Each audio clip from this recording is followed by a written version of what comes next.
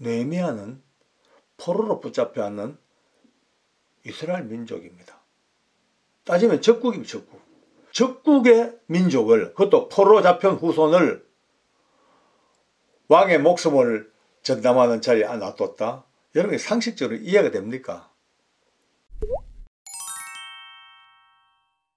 예수님을 알게 되고 믿음에 눈 뜨면서 성경을 보면서부터 끊임없이 제 가슴에 쾅쾅 감동을 주시고 제 심령 속에 파도처럼 막 밀고 왔던 은혜가 이 느헤미야였습니다. 정말 나라와 민족을 사랑했던 애국자. 자기의 모든 일신상의 호의호식도 다 버려버리고 오직 고통받는 민족들과 내 동포들을 향한 그 일생의 삶을 제가 보면서 가슴이 막 뜨거워지기도 했고 주먹이 뿔끈 잡기도 했고 또 때로 눈물도 찔끔 흘려보기도 했고 그 세월 갈수록 깊어졌던 제 마음속에 이 느헤미야를 꼭 한번 나누고 싶었는데 드디어 때가 왔습니다. 정말 그 삶 속에 있었던 이야기들, 이게 지나간 역사 속의 느헤미야의 이야기로 끝날 게 아니더라고요. 흔히 역사는 반복된다. 반복뿐 아니고 겹쳐지기도 하고. 그래서 앞으로 우리가 찾아가야 될 느헤미야의 이야기는 그냥 그 당시에 지나간 역사 속에 2500년 전 그 역사 속의 느헤미야로 끝날 게 아니고 오늘 이 시대가요. 여러분 가만히 보면요. 너무 똑같아요. 너무 닮았어요. 오늘 우리 시대에 겹쳐지는 이 느헤미야를 보면서 우리가 어떻게 한 번쯤은 마음을 잡고 살아야 할 것인가도 알 수 있고 또 한 발 더 나가면요. 결국 이 느헤미야서의 이야기는 지금 이루어지고 있는 하나님의 나라, 우리가 어차피 완성되어져야 될 그 나라를 가는 여정에 똑같이 지금 우리에게 전개되고 있더라고요. 그래서 이런 이야기들을 어렵지 아니하고 최대한 재밌게 흥미롭게 그러면서도 우리가 지금까지 맛보고 들어보지 못했던 우리 평신도들끼리만 알 수 있는 그 밑바닥 이야기들을 이제 이 느헤미야를 통하여 좀 알아가는 그런 시간. 먼저 생각만 해도 가슴이 좀 벅찹니다. 너무 기쁩니다. 자, 그러기 위해서 우리가 제일 알아야 될 것이 이 페르시아입니다. 페르시아가 없이는 이야기가 되지 않더라고요. 이 페르시아는요, 오늘 얘기하는 이 느헤미야의 이 배경이기도 하고 또 우리가 잘 아는 에스더, 왕비 에스더의 이야기도 페르시아가 오늘 이 뒤에 배경이고 또 다니엘도 보면은 페르시아에 몇 년 동안은 다니엘이 여기에 관여해서 고레스라든지 이런 사람들과 함께 교류했던 뗄 수 없는 나라가 이 페르시아입니다. 성경에는 바사 그죠? 많이 들었죠? 바사로 기록되어 있습니다. 바사. 그렇게 수천 년 동안 페르시아 나라가 흘러다가 여러분 다들 머리에 남아있을 거예요. 팔레비라는 사람이 페르시아 왕조를 무너뜨려 버리고 새 나라를 이제 통치하면서 1930년대에 이 나라 이름을 드디어 이란으로 바꿔버립니다. 현재 이란이 페르시아의 나라 100%그 나라입니다. 그 페르시아의 이제 과거로부터 이제 처음부터를 조금 더 또 머리에 담아놔야 됩니다.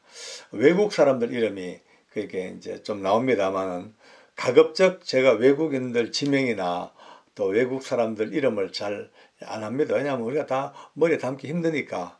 그러나 오늘 제가 들은 이 사람들은 꼭 머리에 담아놔야 됩니다. 왜냐하면 성경에 계속 나오는 인물들이기 때문에 이 관계를 잘 우리가 파악해야만이 답이 나와요. 안 그러면 중구난방 헷갈려가지고요. 참 혼란스러워요. 우리가 잘 알다시피 제 영상에도 고레스 이야기를 올려놨습니다만 이 고레스라는 사람이 어쨌든 페르시아를 세웠습니다. 세우고 그 아들이 또 대를 이어서 나라를 다스리다가 전쟁 나가서 죽어버렸어요.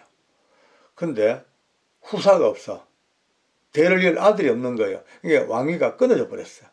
끊어지니까 그 다음 이제 대신들 중에서 아주 훌륭한 대신 한 사람을 뽑아서 왕을 만들자 하고, 그래서 뽑힌 왕이 성경에 나오는 다리오 왕이에요. 이 다리오가 왕이 됐는데 그 다리오가 죽고 그 아들 아하수에로가 왕이 됐어요. 아하수에로는요, 이제 다른 표기로 크세르크세스라고도 하거든요.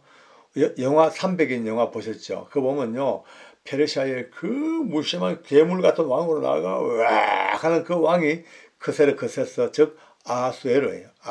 근데 아하수에로는요, 좀 잘 아시죠? 왕비 에스더의 남편이잖아요. 네, 에스더의 남편이에요. 그 아하수에로 왕이 죽고 바로 그 다음에 누가 왕이 되냐면은 이제 오늘 이 느헤미야의 뒷배가 되는, 밑바탕이 되는 아닥사스다라는 사람이 왕이 됩니다. 그런데 이 아닥사스다가 왕이 됐는데 그 근처에 옆에 누가 있냐면은 오늘 이 느헤미야가 옆에 있습니다. 성경에 보면요, 뭐냐고, 술 맡은 관원장이라고, 술 맡은 자.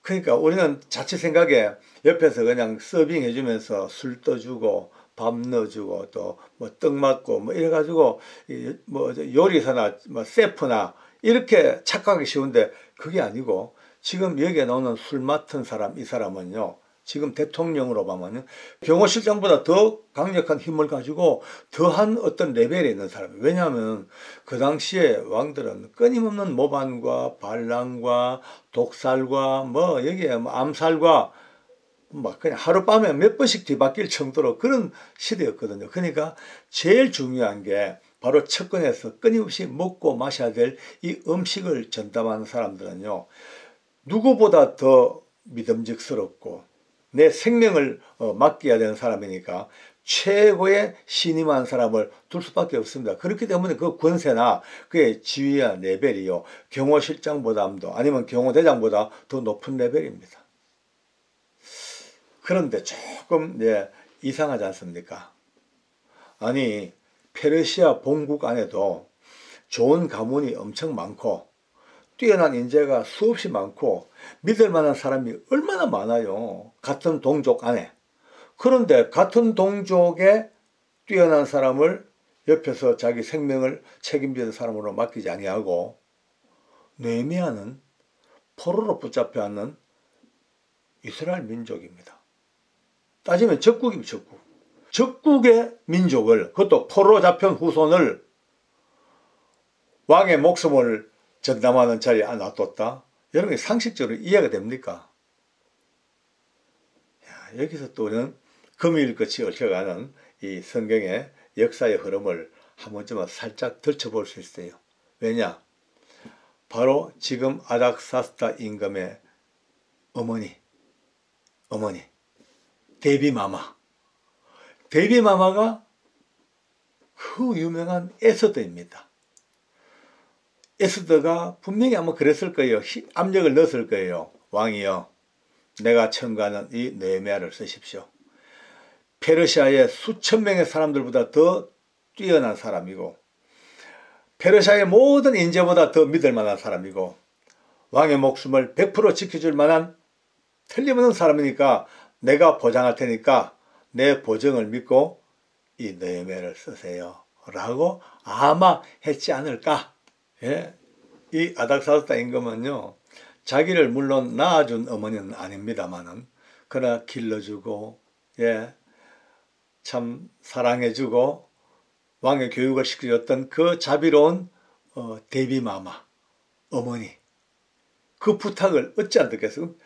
자연스럽게 또 그 데비마마로부터, 어머니로부터 이스라엘의 이야기, 하나님의 이야기 상당히 많이 듣고 감동이 아마 됐을 거예요. 그런 사람이 최고의 왕 밑에서 최고의 권력을 누려도 마음껏 살 수 있는 이 느헤미야가 이제 앞으로 이제 쭉 한번 이제 살펴보겠습니다만은, 자기의 조국, 저 천만리 머나먼 땅, 그 조국 땅이 피폐해져 있고 불타고 성벽은 다 무너지고 백성들은 피폐해서 이미 돌아간 귀환된 이 고레스의 칙령 따라서 돌아가고 또 돌아가고 두 번에 걸친 2차 귀환까지 그때 있었어요. 두 번에 걸친 사람들이 건너가서 이제 조국 땅을 일으키려고 했지만은 정치적으로, 경제적으로, 사회적으로 아직까지 잘 기초가 안 잡혔으니까 너무 힘이 없어. 그러니까 이방 민족들에게 처참하게